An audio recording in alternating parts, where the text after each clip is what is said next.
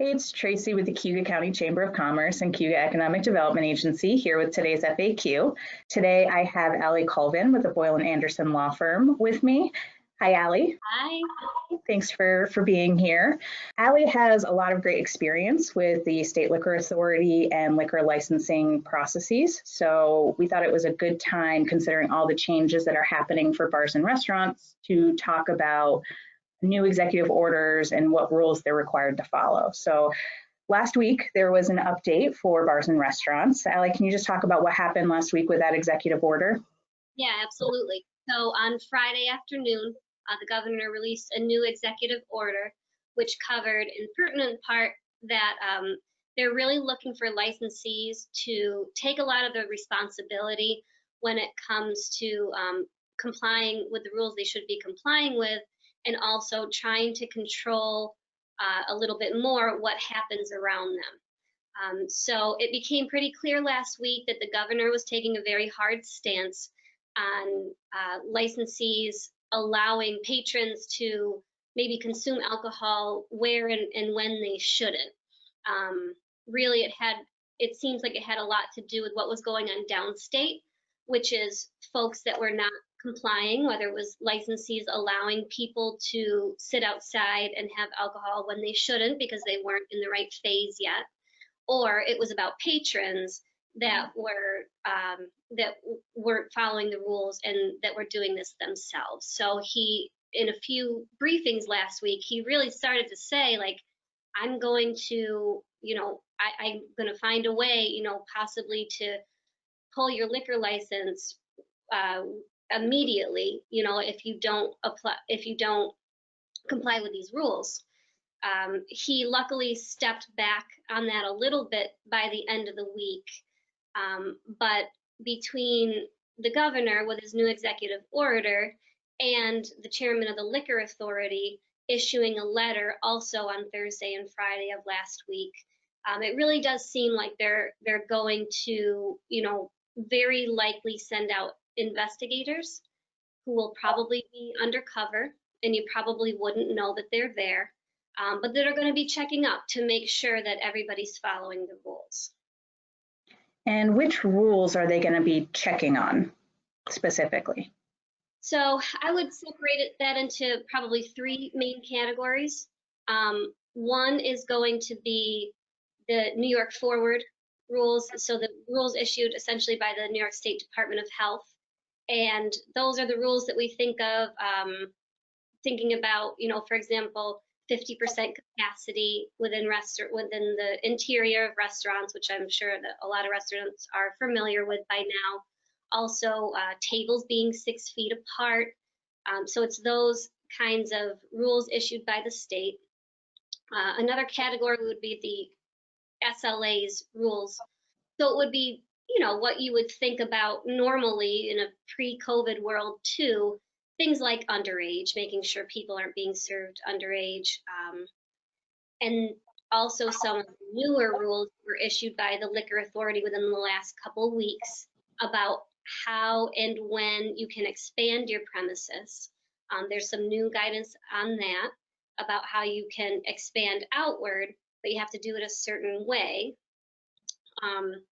And then the third thing I think that people should be cognizant of is local laws. So the big example there is open container. Open container is more of a city rule, but you have to be aware of that too.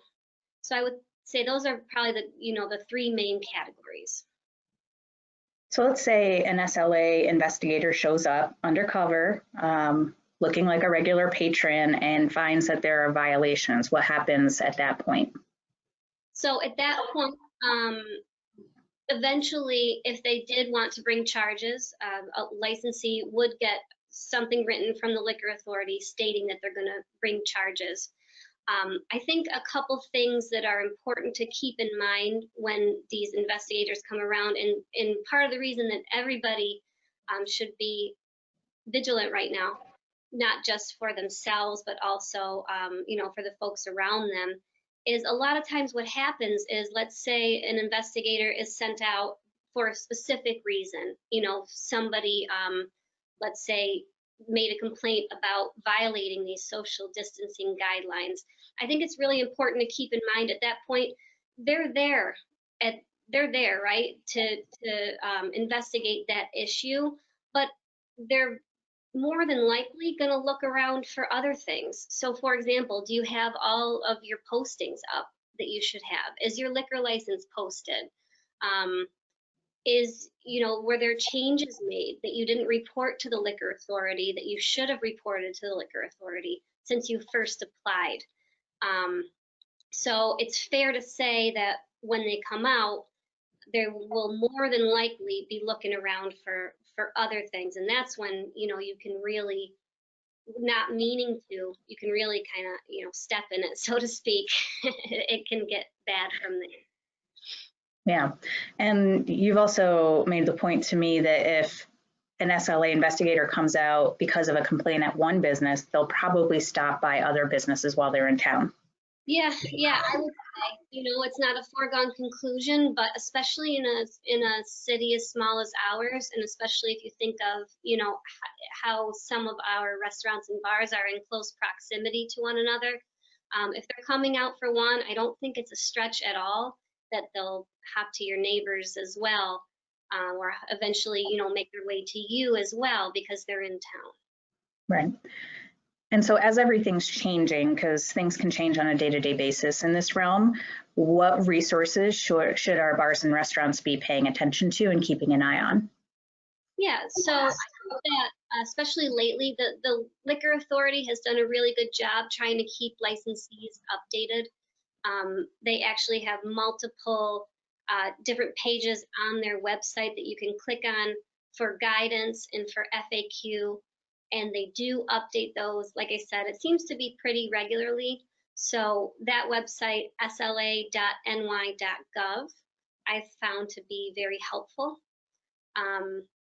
Another thing that I think is helpful too is certain trade organizations are doing a good job of keeping not only their members, but it seems like the public at large pretty well updated. So for example, the New York State Restaurant Association, they have a pretty decent social media presence, and I'm finding that they're posting a lot of webinars lately, which are free. So I think that in other trade organizations like that, it can be helpful. And the last thing I would say is I would hope that the community would, try to work together at this point. So if you, a bar or restaurant owner, is struggling with something in particular, it's very likely that your neighbor is struggling now too. Or if you hear of something, or a new piece of guidance that you don't know if your restaurant owner friends are aware of yet, I think pooling information is invaluable right now, and I think it's really important. Yeah, absolutely. And I'll just add to our businesses, please do keep an eye on forward.ny.gov. And if you haven't done the affirmation that your business is reopening or going into these new phases, please do go online and do that. It's at the bottom of the full guidelines. When you go into the phase and the industry specific guidelines, 12 pages in at the very bottom, you'll see the link to the affirmation. So make sure to do that if you're operating as well. And I think that point, Allie, is really important to say we should all be working together on this. And, the more that we can work together and share information with each other, the better off we'll all be. And along the same lines, to the extent, people should be kind and patient when you're out at a restaurant. They're doing what they have to do. This is a risk for them. So if they're asking you to follow certain procedures, please be nice. Please be kind to the staff. And if you're not comfortable with those procedures, maybe choose takeout instead for now until you're in a place, until we as a region are in a place that you're more comfortable being at the restaurant. Anything else you wanted to add before we sign off here, Allie? I think you just made a great point just then. It's restaurants and bars, it was hard enough before COVID happened to run a bar or restaurant, trying to comply with different guidelines, new things coming out every day. And it's just a tough industry. And now it's become even tougher. So I just would want to echo what you said, Tracy. If you are, if you're a patron going to visit a bar or restaurant, please be patient, please be kind, and please wear your mask. It's no longer for restaurants and bars like, oh, can you please, put on your mask? Do you mind? No, it's I could lose my liquor license if you don't comply with these guidelines. So I don't think it's any longer, a nicety, not that it ever should have been, but now it's more important than ever, that patrons are patient and that patrons follow the rules. So I think that's probably my last little point. Great. Well, thank you again for being with us, and people, please do keep up with all these guidelines and reach out to our office if you have questions.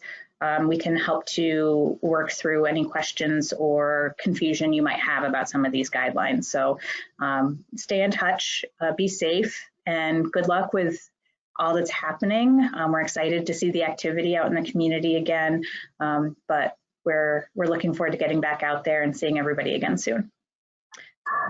Thanks, Allie. We'll see you soon, and Right. that's all for today. All right, thanks, Tracy.